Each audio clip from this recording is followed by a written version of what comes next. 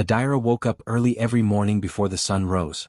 She swept the yard, watered her little flower garden, and prepared breakfast for Tund before he went to the market. Their life was simple but peaceful. Everyone in Miranda admired how calm and respectful Adira was. She never quarreled even when things went wrong. Tund loved her for her patience and gentle heart. He often said, "Adira, your peace brings blessings to this home." Binta, the young maid, had lived with them for almost a year.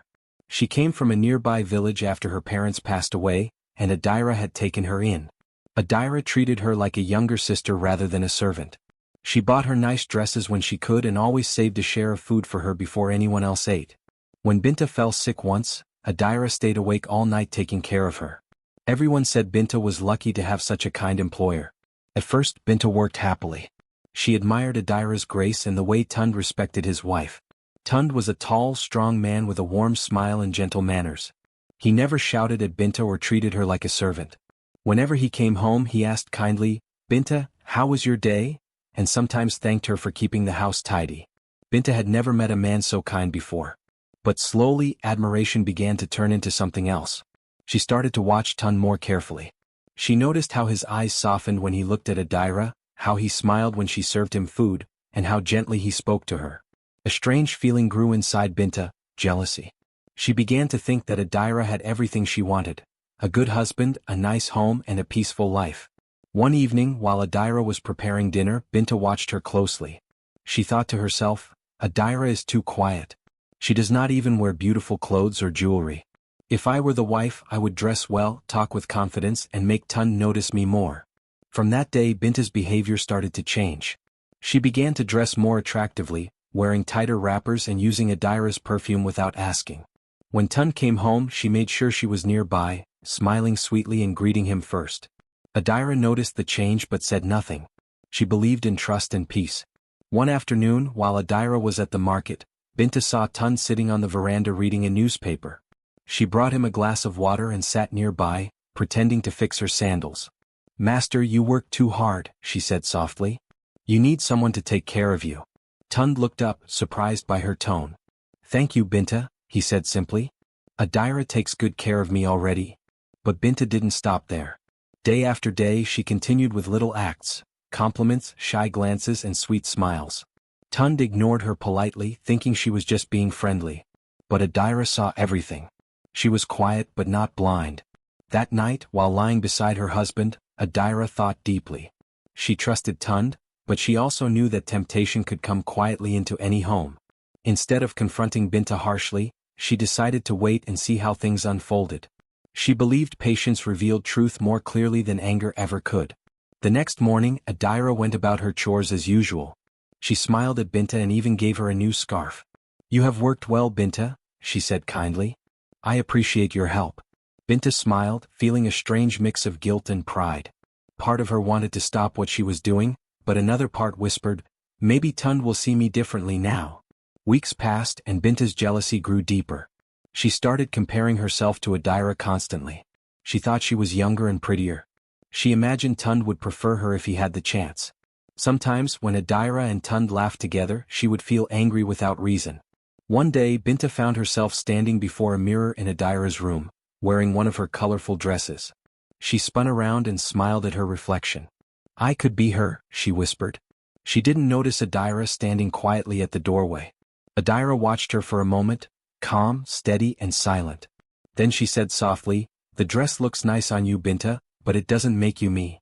Binta froze, embarrassed and frightened.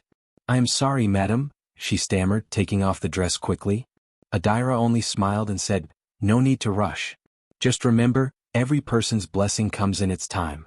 Then she walked away, leaving Binta confused and uneasy. That night, Binta couldn't sleep. Adira's gentle words echoed in her mind.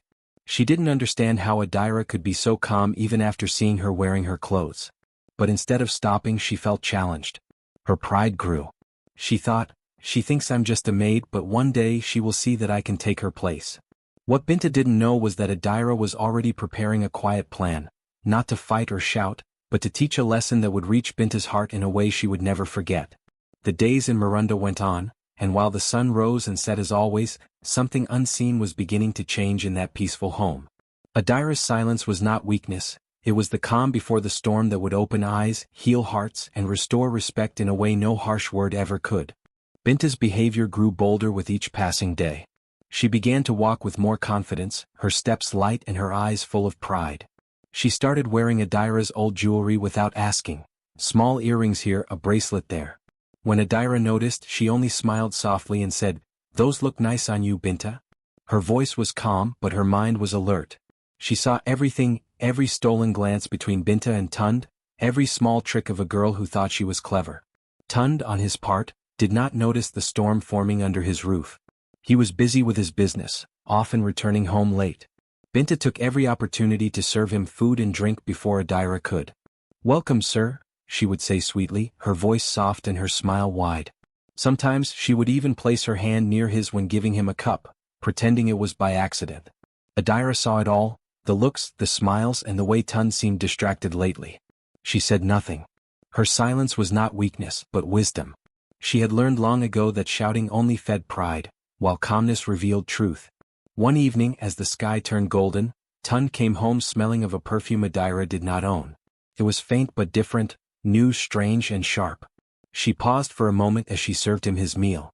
Her hands were steady, but her heart was heavy. She looked at him and smiled gently. "Long day?" she asked.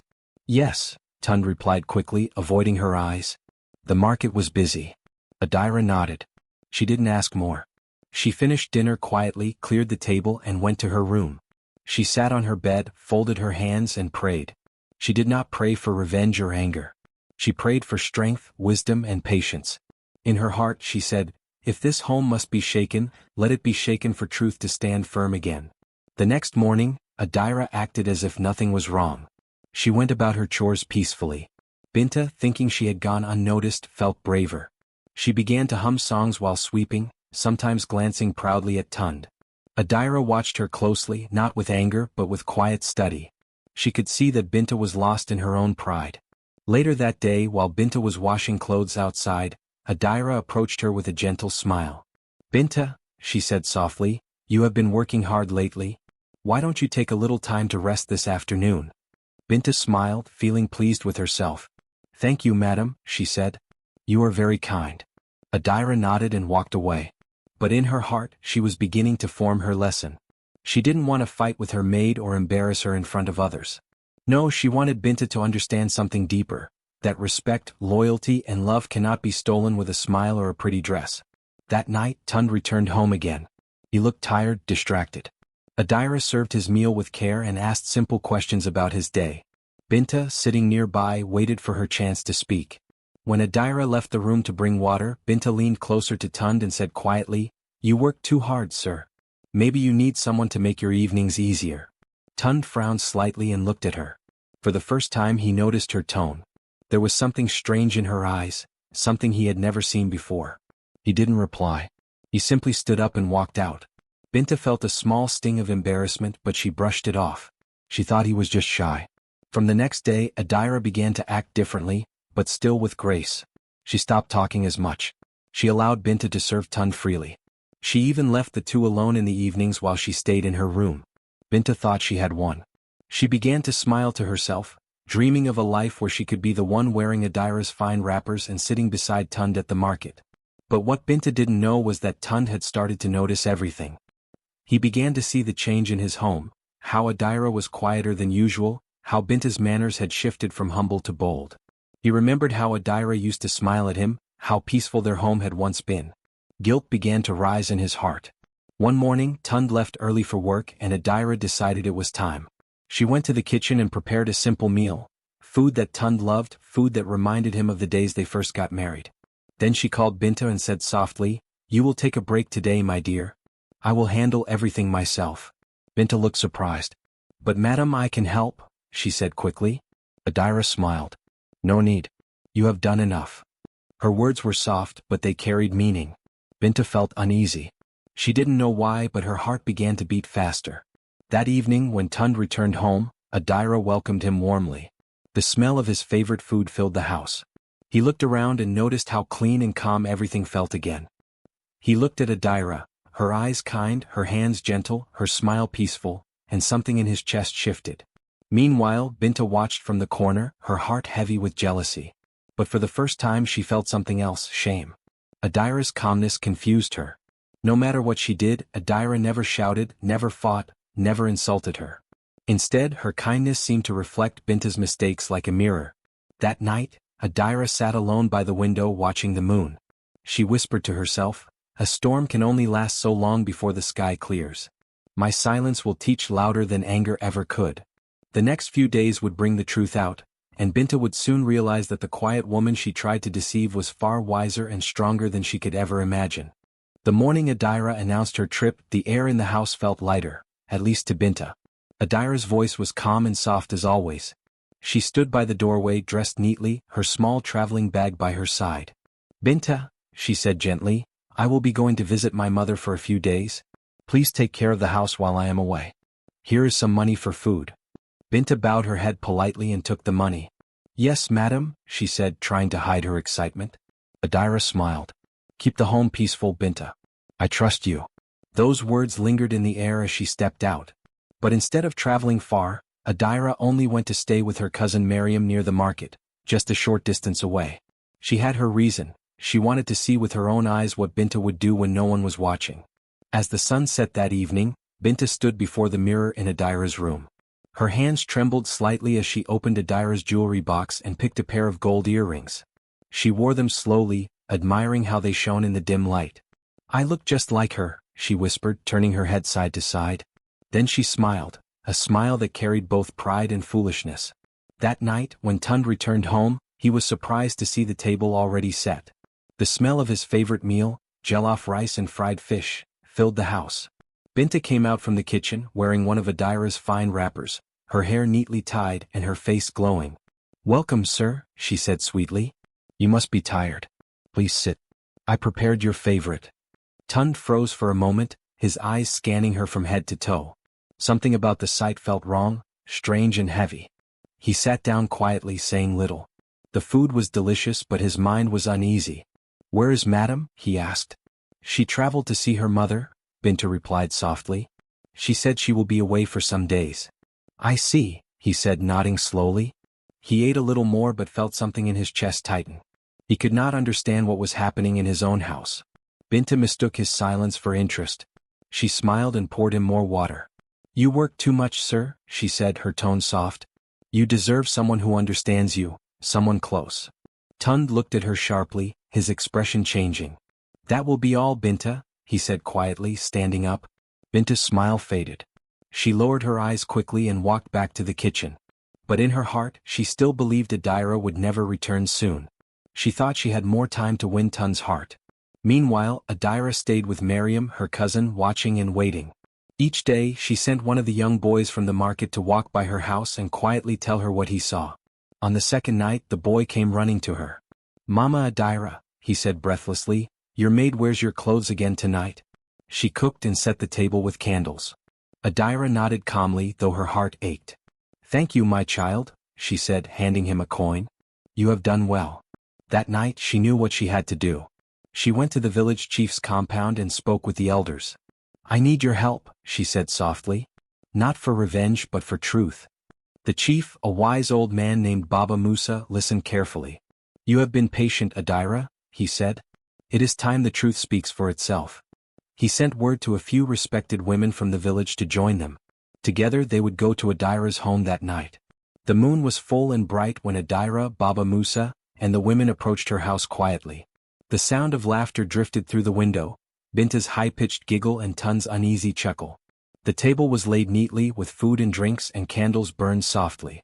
When Adira pushed open the door, the room fell into silence. Tund turned first, his face turning pale. Binta froze in her seat, the spoon still in her hand. Her heart pounded so loudly she could barely breathe. Adira stood at the doorway, her calm eyes taking in everything, the wrappers, the jewelry, the candles. Behind her, Baba Musa and the women entered quietly. No one spoke for a long moment. The only sound was the faint crackle of the candle flames. Adira walked slowly into the room. Her steps were steady, her face calm. "Good evening," she said softly, her voice gentle but full of strength. "I see you both are comfortable." Tund tried to speak but his words stumbled. "Adira, this is not." Adira raised her hand gently. You do not need to explain, she said. Then she turned to Binta. You look lovely tonight, Binta. My clothes fit you well. Binta's lips trembled. She looked down, unable to meet Adira's eyes. Tears gathered at the corners of her eyes as shame filled her heart. The elders watched quietly, their faces serious. One of the women shook her head and said softly, What a patient heart this woman has. Baba Musa stepped forward. Adira, you have handled this matter with grace. You could have shouted or called for punishment, but instead you brought witnesses.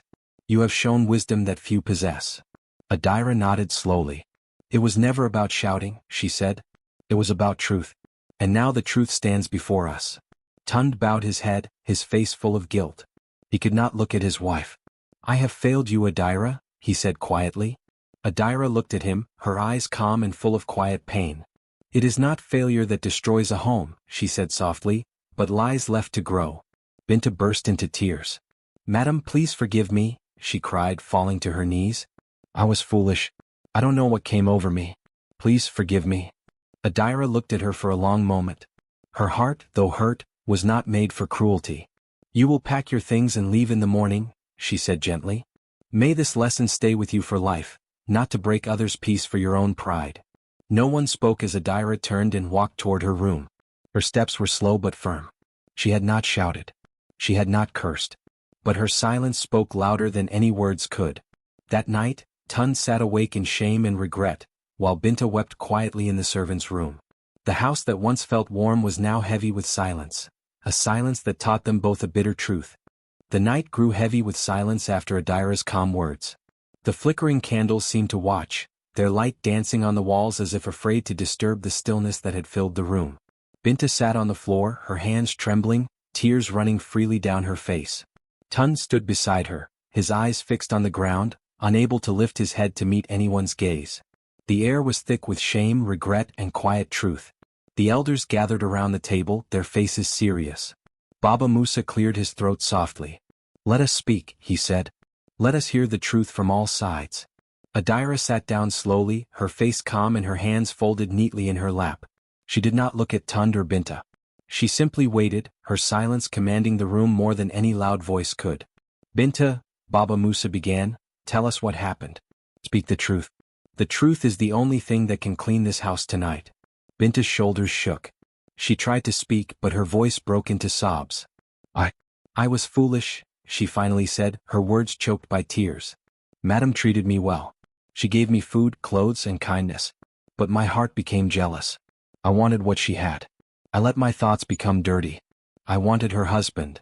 A soft murmur spread among the women. Some shook their heads in pity, others sighed in disappointment. Binta wiped her tears with the back of her hand. I thought he would look at me the way he looked at her. I thought I could take her place. But I see now. I was wrong. I was blind. Baba Musa nodded slowly. It is good that you speak the truth. Your heart was full of greed, not love. Then he turned to Tund. And you, Tund, what do you say?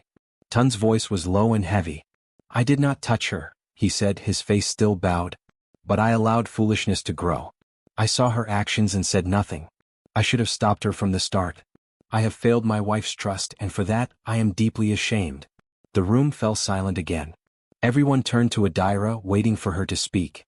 They expected her to cry or shout, to demand punishment, maybe even drive Binta out that very moment. But Adira did none of that.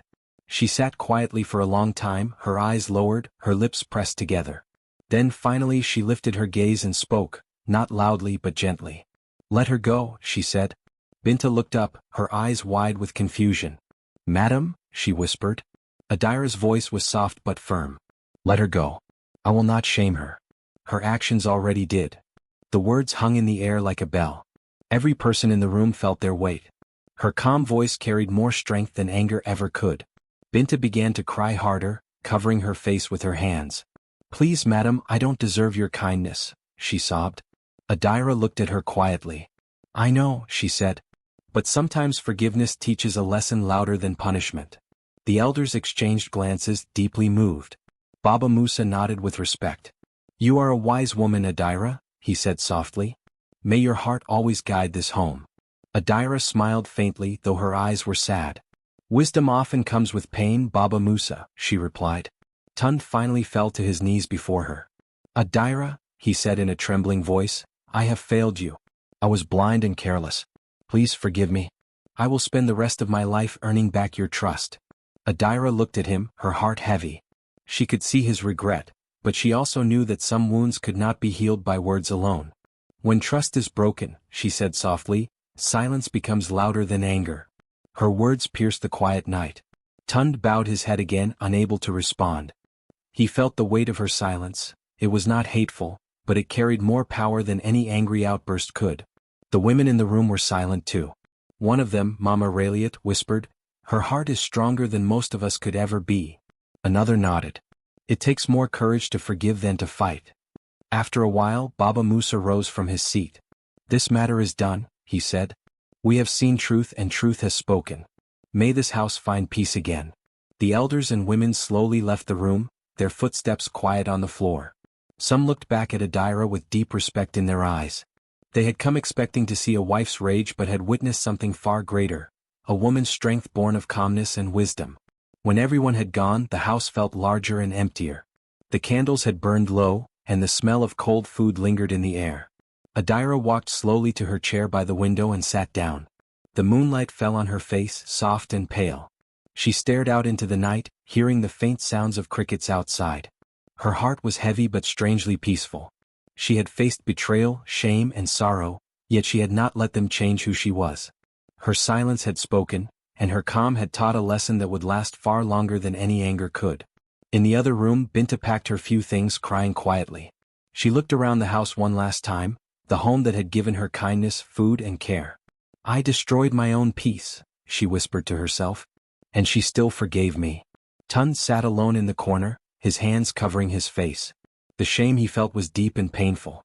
He remembered Adira's gentle smile, her soft voice, her quiet strength. He realized how much he had taken her for granted. He had been blinded by comfort and routine, forgetting that his wife's silence was not weakness, it was power. As the night grew darker, Adira remained by the window, thinking. She did not cry. She did not speak. Her mind replayed the events of the night, but instead of anger she felt only calm understanding. People often said that the loudest storms break things, but the quiet ones change them. That night her silence changed two hearts forever, one filled with guilt and one filled with shame. Before going to bed, Adira whispered a small prayer. Let my heart remain gentle even when it hurts. Let my silence continue to teach where words cannot. The wind outside blew softly, rustling the leaves. It was as if the world itself was bowing in respect to her quiet strength. When she finally lay down, she closed her eyes with peace. The pain was still there, but it no longer ruled her heart. She knew her strength came not from anger but from the calm that followed it. And in that quiet night, Adira proved that sometimes silence is not emptiness. It is power, it is wisdom, and it is the voice of true dignity. Months passed quietly in Miranda, and the once troubled home of Adira and Tund found peace again. The whispers that once followed the scandal slowly faded into memory. Time moved gently, carrying away the sharp edges of pain but leaving behind lessons that could never be forgotten. Adira walked through her days with a calm spirit. Her eyes still carried warmth, and her smile was soft but knowing. She had faced betrayal, yet she had not allowed it to turn her bitter. Each morning she tended to her small garden, watering the flowers that bloomed by her window. The people who passed by often stopped to greet her. Good morning, Madame Adira, they would say. She always replied kindly, her gentle voice bringing comfort to everyone who heard it. In the beginning, many in the village wondered how she could forgive so easily. But over time they began to understand. Adira's silence had not been weakness, it had been wisdom. She had chosen peace when others would have chosen anger. She had chosen dignity over loud revenge. And that choice made her story spread far beyond her home. Tund had changed deeply. The shame of that night never left his heart, but it became the seed of his transformation. Every day he worked harder, not just at his trade but at being a better man. He no longer came home distracted or distant. He helped Adira in small ways, fixing things around the house, fetching water when she needed it, and speaking to her with quiet respect. He no longer took her patience for granted. At times, Tund would look at Adira and feel the ache of guilt rise in his chest. I do not deserve your kindness, he once told her softly. She looked at him, her eyes kind but firm. What matters is not what you deserved, she said, but what you learned. Those words stayed with him more than any punishment ever could. Meanwhile, Binta had left Miranda soon after the incident. She packed her few clothes and went to live in a faraway village. 4 months she lived quietly, too ashamed to face anyone who knew her past. But her story traveled faster than she could. People whispered her name in warning. Mothers would tell their daughters, "Do not be like Binta." Her greed made her lose everything. At first the gossip hurt her, but in time she accepted it. One evening as she sat outside a small hut in her new village, she remembered Adira's face, the calm eyes, the soft voice that had forgiven her when she least deserved it.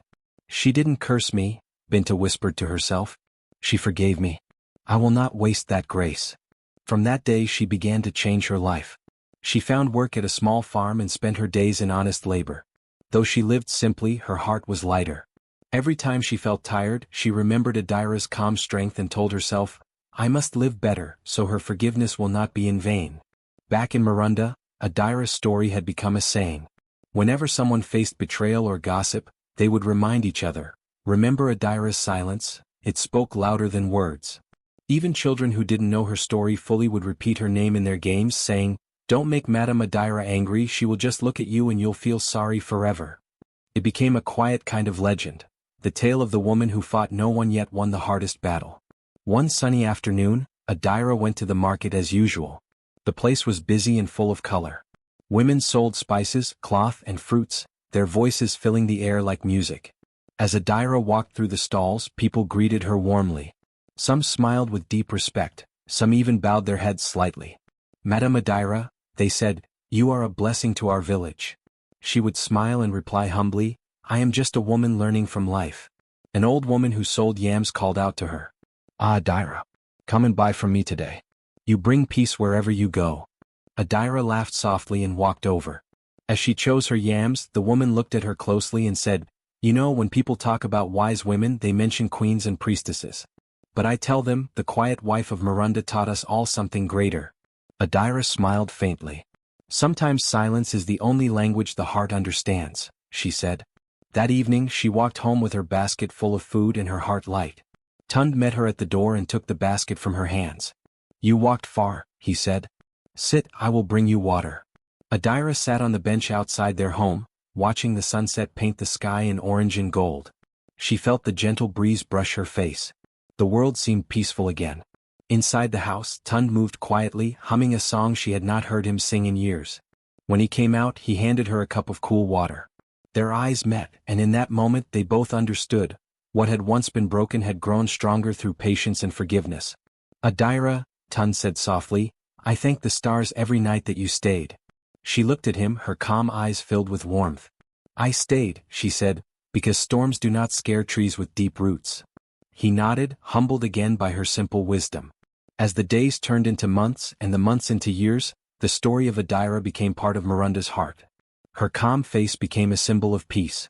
People who quarreled often found her words whispered between them, "Not all battles need shouting. Some can be won in silence."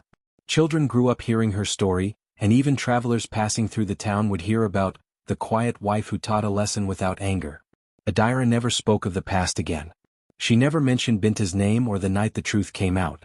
She believed that some things were meant to be buried in peace, not dug up in bitterness. Her silence became her greatest power, her calm smile her lasting legacy. Sometimes in the evenings when she sat outside and watched the fireflies dance, she thought about how life had changed. She did not wish for revenge or pity. Instead, she was thankful that her pain had not turned her hard, thankful that her silence had taught not only others, but also herself. And as the stars shone above the quiet town of Miranda, people would say to one another, "If you ever doubt the strength of a woman, remember Adira, the one who turned betrayal into wisdom." Her name lived in their hearts long after her story was told, a reminder that even the softest voice can leave the strongest echo.